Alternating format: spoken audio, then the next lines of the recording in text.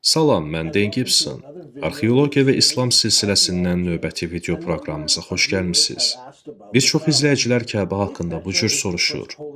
Əgər Petra şəhəri İslamın tarixi mərkəzi, ilk müqəddəs şəhərdirsə, onda orijinal Kəbə harada yerləşirdi? Bu sualın cavabı üçün bir sıra termin və qavramları başa düşmək lazımdır. İlk termin Həcərül Əsvəd, yəni qara daşdır. Qara daş kiçik daş qırıntılarıdır. Qırmızımtıl rəngdə böyük daş qəlibin içində qorunur. Çox güman ki, yerə düşmüş bir meteoritdən geriyə qalanlardır. Qara daş bugün 7 yerə parçalanıb. İkinci termin isə Kəbədir. Bu, əslində düzbucaqlı bir tikilidir. Adətən qara parça ilə örtülür. Kəbənin rüknü, yəni künclərindən biri qara daşın olduğu yerdir. İnsanlar onu görür və toxuna bilir. Qara daş dövrümüzdə gümüşdən hazırlanmış xüsusi bir tutacaqda yerləşdirilib. Üçüncü anlayış isə Məscidül-Həramdır. Bu günə qədər o, Səudiyyə Ərəbistanındakı qara daşın evi olan Kəbəni əhatə edən məscid kimi tanınır. Müqəddəs şəhər filmində mən göstərmişəm ki, həqiqi Məscidül-Həram kompleksi Yordaniyadakı qədim Petra şəhərində yerləşirdi. Hicrətin 78-ci ilində Həzrəti Muhammedin vəfatından təqribən 65 il sonra isə Səudiyyə Ərəbistanında yeni qondarma Məscidül-Həram inşa edildi. Dördüncü termin isə ərəb sözü olan beyt, yəni evdir. Bu söz möminlərə Qurani Kərimdə Ali İmran surəsi 96-cı ayədə bəyan olunub. Ayə bu cürdür. Həqiqətən, aləmlərdən ötürü bərəkət və doğru yolu göstərən rəhbər kimi insanlar üçün qurulan ilk ev Bəkkədədir. İslam tarixinə əsasən İbrahim Peyğəmbər ibadət üçün ilk evi həmin vadidə, yəni Bəkkədə tikmişdi. İbrahimin Həcəri İsmaillə qoyub getməsi məsələsində Musa Peyğəmbər bizə bir qədər fərqli hekayə danışır. O bildirir ki, İbrahim ilk dəfə o torpağa daxil olanda Mura adlı bir yerdə qurbangah tikdi və bu yer Bet-El, yəni Allahın evi adlanırdı. Musa Peyğəmbərin dövründə Allah üçün işlədilən ad El və İl idi. Mələk adlarının sonluğundakı il kimi. Yalnız çox sonralar bu ad Beel kimi müxtəlif tanrı və bütlərin arasında itib getdi. Beləliklə, əvvəllər el sözündən istifadə olunurdu, sonralar isə bu təkamül keçərək Allah sözünə çevrildi. Amma Musa Peyğəmbər bizə bildirir ki, ilk ibadət evi Mura adlı yerdə tikildi və İbrahim ora Beyt-El, yəni Allahın evi adını verdi.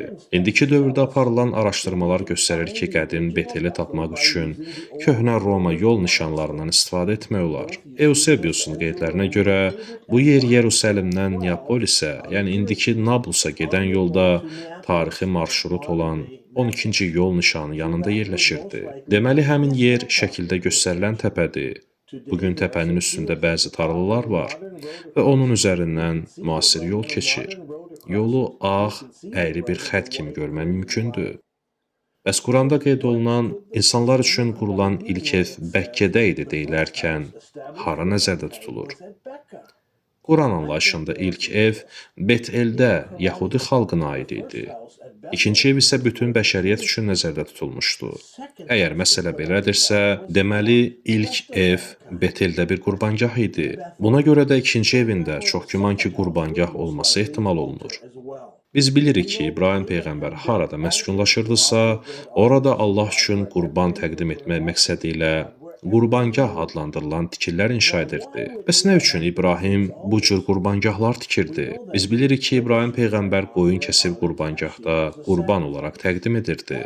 Bu, bütün peyğəmbərlərin etdiyi bir şeydir. Bu ənənə Adəmlə başlamışdı. İbrahim də bunu etdi, Musa da bunu etdi və insanlara da bu ənənə aşılandı. Davud, Süleyman, bütün peyğəmbərlər heyvan kəsib Allah yolunda qurban edirdi. Əgər köhnə mənbələrə baxsaq, görərik ki, onların əqidəsinə görə qan axıdılmadan günahların bağışlanması mümkün deyildi. Beləliklə, İbrahim harada məskunlaşırdısa, orada bir qurbangah qururdu və Allah üçün qurbanlar təqdim edirdi. İslami mənbələrdən isə öyrənirik ki, İsmail bir qədər böyüyəndə, gənc oğlan, bəlkə də yeniyetmə yaşlarında İbrahim Peyğəmbər onunla Həcəri qoyub getdiyi Bəkkə vadisinə geri qayıtdı. Orada İsmail ilə birlikdə qurbangah tikdi və İsmaila Allah yolunda qurban etməyi öyrətdi. Bu yer Allahın evi adlandırıldı. Məkkə ərəblər üçün nəsillər boyu müqəddəs sayıldı. Mən öz araşdırmalarımda da bildirmişəm ki, İslamın ilk məscidlərinin hamısı Petra vadisinə yönəlmişdi. Məkkə və Bəkkə olaraq Quranda, hədislərdə zikr edilən şəhər bu gün Petra olaraq tanıdığımız şəhərdir. Bəzi şəxslər soruşur ki, bəs Kəbə harada idi? Mən ilk İslam qiblələri adlı kitabımda da izah etdiyim kimi, erkən İslamın həccə dair bütün müqəddəs yerlərinin orijinal məkanı Petra vadisində idi. Orijinal Zəmzəm suyu, Səfa və Mərvə dağları, Mina vadisi, Ərəfat dağı və sair yerlər məhz Petra şəhərində idi. İndi isə bu videoda biz Kəbənin Petrada harada yerləşdiyini rahatlıqla müəyyənləşdirməyə çalışacağıq. Amma bir məsələyə diqqət etmək lazımdır.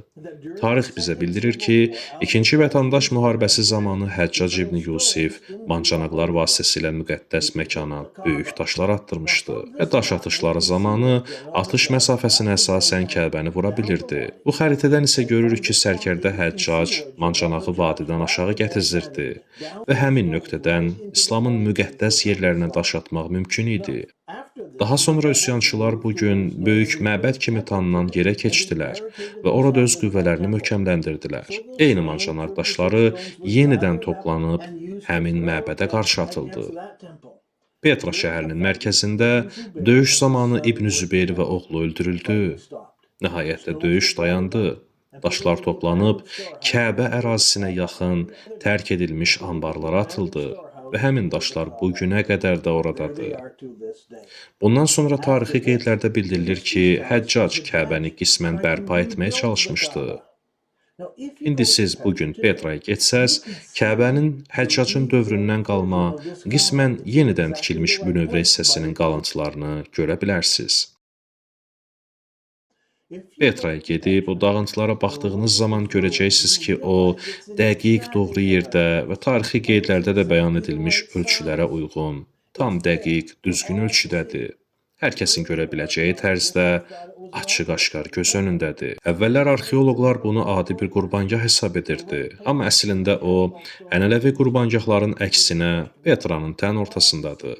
Tarixi qeydlərdə də zikr edildiyi kimi, Məscüdül-Həram mancanaq daşlarının çata biləcəyi məsafədədir. İslam tarixinin ilk 100 il ərzində inşa edilmiş və sonradan yenidən qurma, restavrasiya işlərinə məruz qalmamış bütün məscidlərin qiblə divarı dəqiq olaraq bu yerə yönəlmişdi. Amma bu, artıq Həccacın əlinə keçmiş Kəbə idi. Burada artıq Qaradaş yox idi. Çünki Qaradaş, Abdullah ibn Zübeyr tərəfindən Səudi Ərəbistanındakı yeni Məscüdül-Hərama köçürülmüşdü. Bəzi insanlar təəssübkeşlikdən arxeoloji sübutlara şübhə etsələr də, həqiqət çox vaxt acı olur. Mən inanıram ki, Petra şəhərində İbrahim və İsmailin tikdiyi qurbangah, yəni Allahın evi, orijinal Kəbədir.